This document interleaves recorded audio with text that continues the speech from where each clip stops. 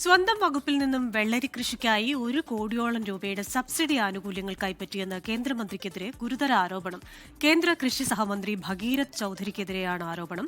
സംഭവം നരേന്ദ്രമോദിയുടെ നേതൃത്വത്തിൽ നടക്കുന്ന അഴിമതിയുടെ ഒരു ഉദാഹരണം മാത്രമെന്ന് സിപിഐഎം ജനറൽ സെക്രട്ടറി എം.എ. ബേബി ആരോപിച്ചു. തനിക്കൊന്നും മറയ്ക്കാനില്ലെന്നും താൻ കർഷകനെന്നും ഭഗീരഥ് ചൌധരി പറഞ്ഞു.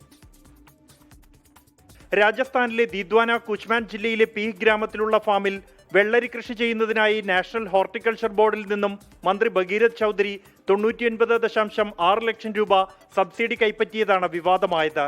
16,592 ചതുരശ്ര മീറ്റർ വിസ്തീർണത്തിൽ 4 വലിയ പോളി ഹൌസുകളിൽ നിർമ്മിച്ചതാണ് വെള്ളരി കൃഷി ചെയ്യുന്നത്. മൊത്തം 1.99 കോടി രൂപ ചെലവ് വരുന്ന ഈ പദ്ധതിക്കായി മന്ത്രി HDFC ബാങ്കിൽ നിന്നും 1.49 കോടി രൂപ വായ്പയെടുത്തിരുന്നു.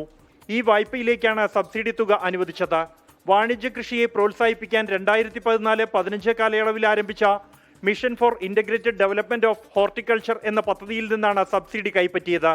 2025 ഏപ്രിൽ 15 സമർപ്പിച്ച അപേക്ഷയ്ക്ക് വെറും 14 ദിവസത്തിനുള്ളിൽ ബോർഡ് പ്രാഥമിക അനുമതി നൽകി. കൃഷി സഹമന്ത്രി എന്ന നിലയിൽ Bhagirath Choudhary ex officio vice പ്രസിഡന്റായ ബോർഡാണ് സബ്സിഡിക്ക് അനുമതി നൽകിയത്. 2025 മാർച്ചിൽ പ്രധാനമന്ത്രിയുടെ ഓഫീസിൽ സമർപ്പിച്ച സ്വത്തുവിവര പട്ടികയിൽ ഈ പദ്ധതിയെക്കുറിച്ചുള്ള വിവരങ്ങൾ മന്ത്രി ഉൾപ്പെടുത്തിയിട്ടില്ല. 2018 അപേക്ഷ നൽകിയതെന്നും തനിക്കൊന്നും മറയ്ക്കാനില്ലെന്നും താൻ കർഷകനെന്നുമാണ് മന്ത്രി ഭഗീരഥ് ചൌധരിയുടെ വിശദീകരണം. പുറത്തുവന്നത് മോദി സർക്കാരിലെ അഴിമതിയുടെ ഒരു ഉദാഹരണം മാത്രമെന്ന് CPIM general secretary M A. Baby.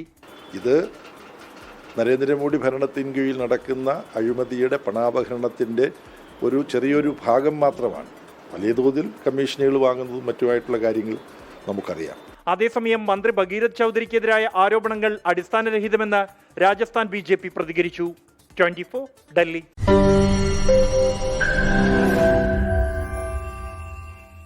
ലോകത്തെവിടെയായാലും ഏത് സമയത്തും 24 വാർത്തകളും ഓഗ്മെന്റഡ് റിയാലിറ്റി പാക്കേജുകളും എക്സ്പ്ലെയിനറുകളും വിശദമായി കാണാൻ ഞങ്ങളുടെ യൂട്യൂബ് ചാനൽ നിങ്ങൾക്ക് സബ്സ്ക്രൈബ് ചെയ്യാം.